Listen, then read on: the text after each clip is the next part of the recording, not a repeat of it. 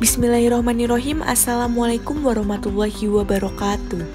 Kepada yang terhormat Ibu Dr. Ani Zohriyah MM selaku dosen pengampu mata kuliah Manajemen Perpustakaan dan teman-teman sekalian yang kami banggakan. Alhamdulillahirabbil alamin, pada kesempatan kali ini kami dari kelompok 11 ingin melakukan presentasi yang berjudul Bismillahirrahmanirrahim. Assalamualaikum warahmatullahi wabarakatuh. Kepada yang terhormat Ibu Dr. Ani Zohriyah MM selaku dosen pengampu mata kuliah Manajemen Perpustakaan dan teman-teman sekalian yang kami banggakan.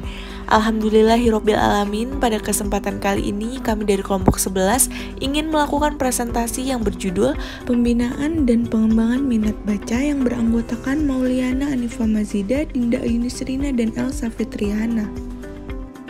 Baik, di sini yang pertama saya akan menjelaskan tentang peringkat minat baca Indonesia di mata dunia.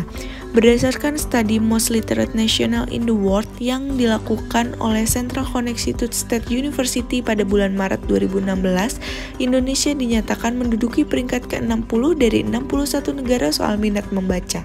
Menurut penjelasan Presiden Central Connecticut State University John W. Miller, seperti dilansir The Washington Post, beberapa faktor yang kami periksa adalah potret vital sebuah negara dan seperti apa peringkat ini mempengaruhi keberhasilan individu dan bangsa dalam pemahaman ekonomi untuk menentukan masa depan global. Jadi, sangatlah jelas bahwa Indonesia masih sangat jauh tertinggal dari negara-negara lainnya. Minat baca rakyat Indonesia yang begitu rendah menjadi budaya yang harus diminimalisir. Selanjutnya yaitu definisi dan tujuan seputar pembinaan dan pengembangan minat baca. Minat baca dipahami sebagai keinginan untuk mengetahui lebih dalam mengenai isi dan evaluasi terhadap objek materi bacaan yang diserap dalam memori otak melalui panca indera seseorang. Sedangkan pembinaan dan pengembangan minat baca didefinisikan sebagai suatu jenis usaha dan pelayanan yang dilakukan secara berkelanjutan terhadap kecenderungan hati yang tinggi pada suatu sumber. Selanjutnya yaitu tujuan dari pembinaan dan pengembangan minat baca ialah yang pertama menciptakan generasi masyarakat membaca, yang kedua reading quality dan belajar, yang ketiga learning quality dalam rangka mencerdaskan kehidupan bangsa yang ditandai dengan terciptanya sumber daya manusia, yang terakhir sumber daya yang berkualitas sebagai penggerakan pembangunan menuju masyarakat madani. Selanjutnya yaitu pentingnya pembinaan dan pengembangan minat baca. Ketika seseorang membaca, minat menjadi salah satu aspek yang mendasari kelancaran penyerapan informasi dari indera mata menuju ke otak dan dapat tersimpan di memori otak dalam kurun waktu yang lebih lama. Tanpa adanya minat, maka kebiasaan membaca tidak akan berkembang dengan maksimal. Inilah alasan mengapa minat dijadikan sebagai dasar bagi terciptanya kebiasaan budaya baca seseorang. Minat baca menumbuhkan kebiasaan positif sehingga dapat membuka wawasan, peningkatan pengetahuan, keterampilan, serta kreativitas seseorang. Selanjutnya yaitu beberapa prinsip yang harus diperhatikan dalam membaca, yaitu yang pertama, membaca merupakan proses berpikir yang kompleks. Yang kedua, kemampuan membaca setiap orang berbeda. Yang ketiga, pembinaan kemampuan membaca atas dasar evaluasi. Yang keempat, membaca harus menjadi pengalaman yang memuaskan. Yang kelima, kemahiran membaca perlu diasah dan selalu dilatih secara kontinu. Yang terakhir yaitu membaca yang baik merupakan syarat mutlak keberhasilan belajar. Selanjutnya yaitu figur-figur yang terlibat serta sasaran dalam pembinaan dan pengembangan minat baca.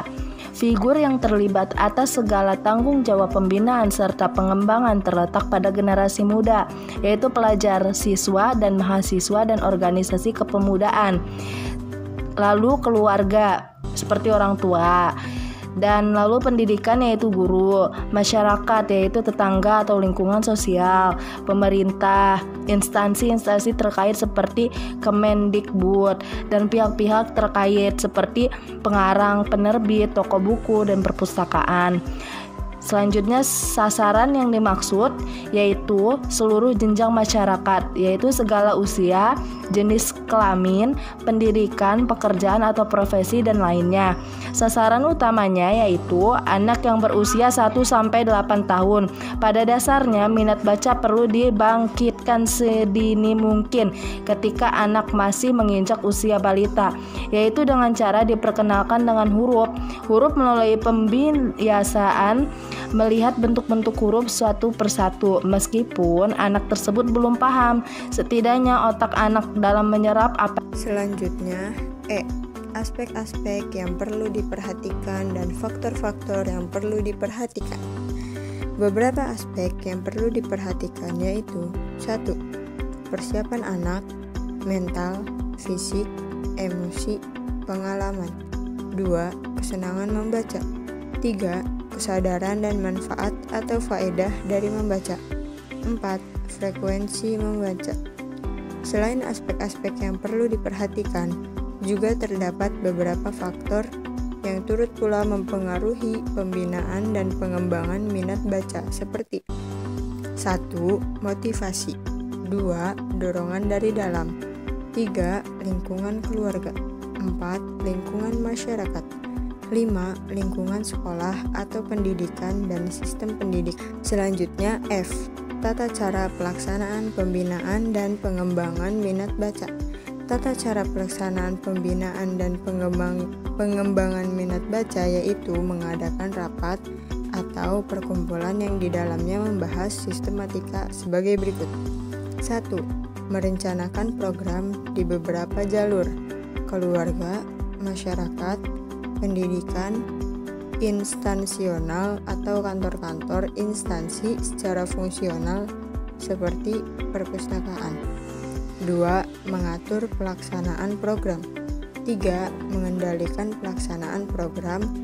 Dan yang terakhir, menilai atau mengevaluasi pelaksanaan program. Terima kasih. Sekian presentasi dari kelompok kami, kelompok 11, kurang lebihnya mohon maaf. Wassalamualaikum warahmatullahi wabarakatuh.